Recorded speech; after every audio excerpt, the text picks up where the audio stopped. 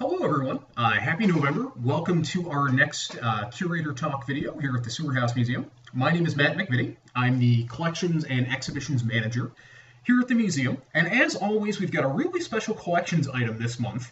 It is what we would call a peace pipe. Just give you a few shots there. And for the month of November, of course, we have Thanksgiving coming up, and most people associate the holiday of Thanksgiving with European settlers coming to the New World, North America, and a lot of the dealings that they had with the North American natives. So this actually comes apart. I'm going to show you that. It's a pretty traditional peace pipe. The stem here is made, and I'll get it very close to the camera, that's made out of hickory wood, and it's got a very nice sort of detailed check and decorative hole markings here on the stem. And then the bowl itself, which is very, very large and very heavy, which is common, is made out of catlinite or catelinite. It's sort of a reddish-brown subspecies of soapstone that is found in the Pacific Northwest, in the plains, and to an extent in the American South as well. So put it together, and it is, of course, as I mentioned, very, very big and very heavy. And it was a gift from the Sioux Nation when their delegation, their political delegation, arrived at Washington, D.C. in 1869. And what that stems from is from the mid-1860s up until 1868, there was an event happening which was called Red Cloud's War. And it pretty much took place in the plains and somewhat in the American South as well, where Chief Red Cloud of the Sioux Nation was waging war against the American Army.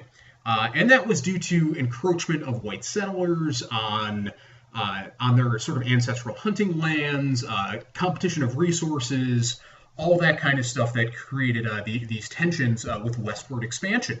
In 1868, that sort of put to bed with the Treaty of Fort Laramie, where the Great Sioux Reservation is conceptualized and formed. That would take place in Nebraska. But still, even after that, there was encroachment on that land by white settlers and more competition of resources. So, of course, we go back and forth into the 1870s with engagements between the U.S. military and government with the Sioux Nation as well as some other native nations. So this was a gift in 1869 by that delegation.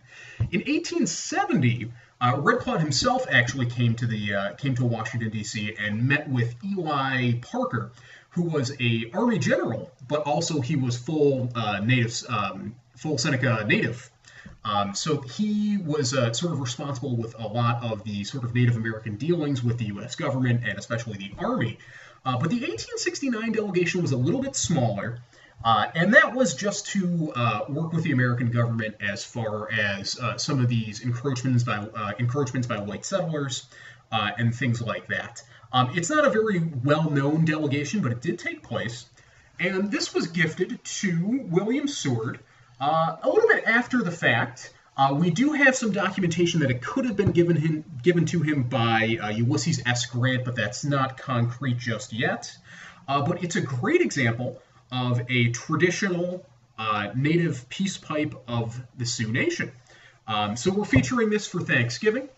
This item is not currently on display just because it has a few sort of stabilization issues. We do have some repairs, if you can see that. There are some hairline cracks right here.